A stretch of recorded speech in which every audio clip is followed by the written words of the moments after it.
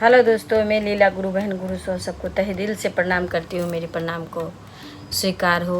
आज मैं एक कथा आप लोगों के समक्ष लेकर आई हूँ जो माधवी नाम की एक लड़की की है, जो कृष्ण से जुड़े हुए हैं। आशा करती हूँ ये कथा आप लोग को अच्छा लगेगा। अगर अच्छा लगे तो आप लोग ज़रूर बताइएगा। तो कथा इस तरह से है। एक गाँव में एक माधवी नाम की लड़की थी जिनका विवाह वृंदावन में होता है। तो वृंदावन के कृष्ण का ही एक सखा है, उनके साथ माधवी का शादी होता है।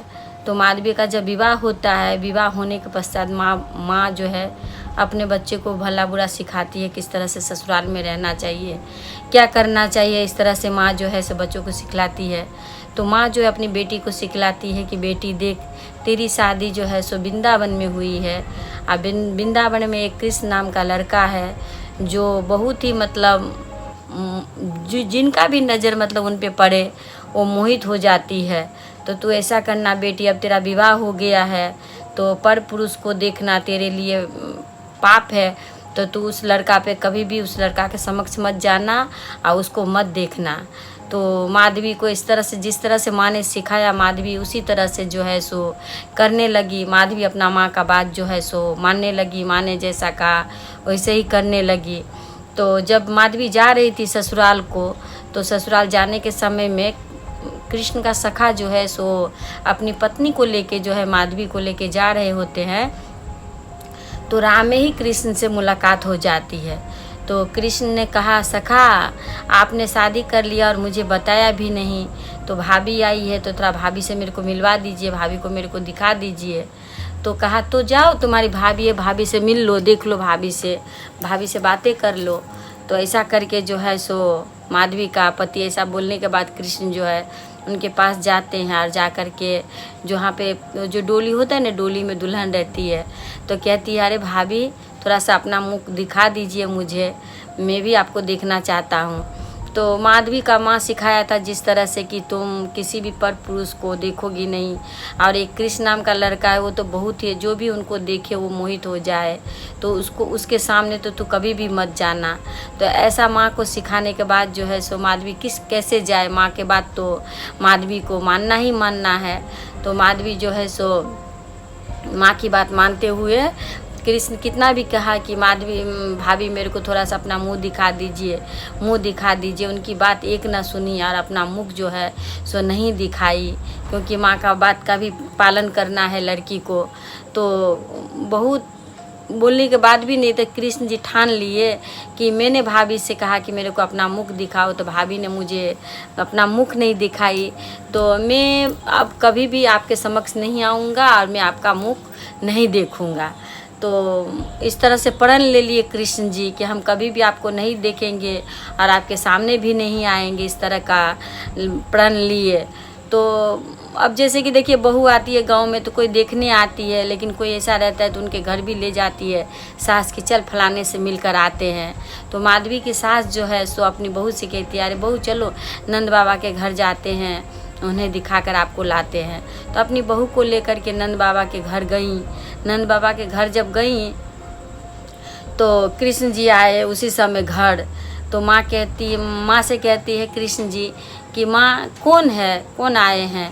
तो कहते हैं, बेटा यही तो है, सुंदर की पत्नी आई है, तुम्हारा मित्र की पत्नी है, आई है। तो बोले कि ऐसा बोलते हुए, आवाज़ सुनते हुए फट से चले जाता है वहाँ से कृष्ण, क्योंकि कृष्ण को बहुत गुस्सा है। गई थी अपनी भाभी को देखने के लिए, भाभी ने अपना मुंह नहीं दिखाई। तो बहुत ही गुस्सा हो गया, मन में बहुत तकलीफ लगा भगवान को, क्योंकि भगवान गए किसी को देखने के लिए और उनको ना अपना मुख दिखाए। तो माधवी नहीं जानती थी कि कृष्ण जो है सो भगवान है, वो इंसान है। उनके माधवी की माँ भी इंसानी समझती थी कृष्ण को। तो वहाँ से मतलब कृष्ण जो है सो भाग जाते हैं। अब माधवी क्या करेगी, अब चली आती है घर, घूंघट हाथ पांव अच्छे से ढक लेती है, घर आती है उसकी सास लेकर के। तो एक दिन क्या होता है, इंद्र के बहुत ही बारिश देने के कारण जो है वृंदावन में बहुत बारिश आती है, पूरा गांव जो है सो डूब जाते हैं। तो गांव डूबने के कारण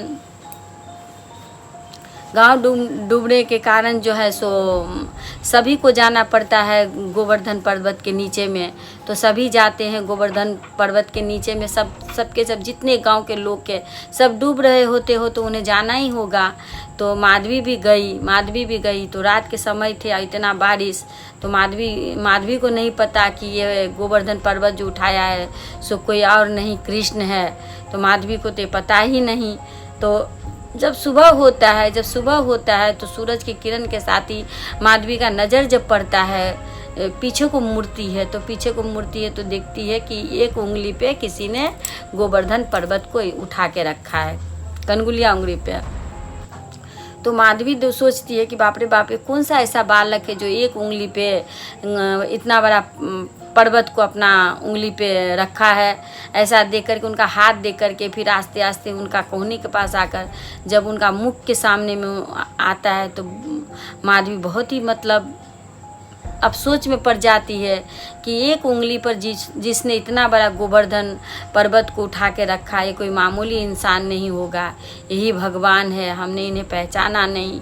और बहुत अफसोस करने लगी। अफसोस करके जो है सो पहला बार कृष्ण का मुख वहाँ पे देखती है और देखने के बाद बहुत रोती है कि मैं क्या ऐसा मैंने पाप किया जो मैंने अपनी माँ की बात मानी और मैंने कृष्ण मेरे पास गया था मेरे मुख देखने के लिए और मैंने अपना मुख जो है सो उन्हें नहीं दिखाया। बहुत बड़ा मैं पापी हूँ, बहुत बड़ी मैं पापी हूँ, मैं पाप की हूँ, मैंने कन्हैया को अपना मुँह नहीं दिखाई, सबसे बड़ा पाप मेरी यही होगी।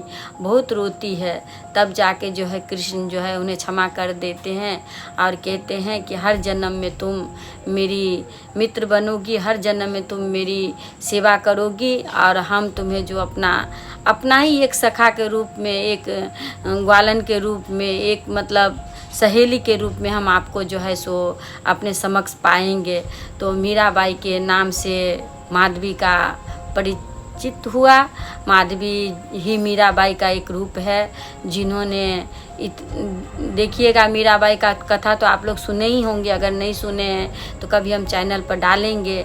मीराबाई इतनी भक्ति करी कृष्ण को कि भक्ति करने के बाद जो है सो मीराबाई को कृष्ण ने अपने अंदर अपने शरीर में उनको समाहित कर लिए।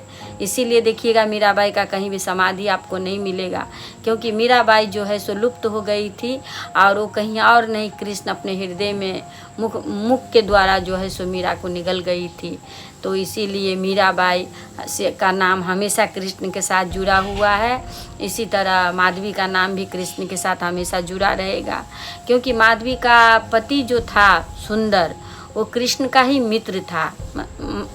ये माना जाता है कि 26वां सखा शायद सुंदर था। तो देखिए ऐसे ऐसे धन है, ऐसे ऐसे सखा धन है, ऐसी ऐसी देवी जो भगवान की गुणगान की है, जो भगवान के साथ अपना नाम उनका जुड़ा हुआ है। तो दोस्तों हम लोग भी अगर भगवान का नाम कहीं कथा हो, कहीं भी कथा सुनते हैं भगवान का, तो हम तो अब उस जगह पे इसमें नहीं जा सकते हैं, पर भगवान का कथा सुन करके, भगवान के कथा में जा करके थोड़ा सा जो है रसपान जरूर कर सकते हैं भगवान का लीला का। तो इस तरह से ही भगवान का नाम है, इस तरह से कृष्ण लीला हुई, इस तरह से राम कथाएं हुई। हर जन्म में हर रूप में भगवान ने अपना सखा लोग को पाया है, बस नाम अलग अलग होता है। हर जन्म में कृष्ण है तो कोई जन्म में राम है, कोई जन्म विष्णु, इसे अवतार लेते रहे भगवान और लीला करते रहे। तो धन्य हमारे कन्हैया जी, धन्य हमारे बांके बिहारी, उनको कोटि कोटि में प्रणाम करती हूँ और मेरी प्रणाम को स्वीकार हो। आप सभी गुरु भाई बहन को भी मैं प्रणाम करती हूँ और मेरी प्रणाम को स्वीकार कीजिएगा।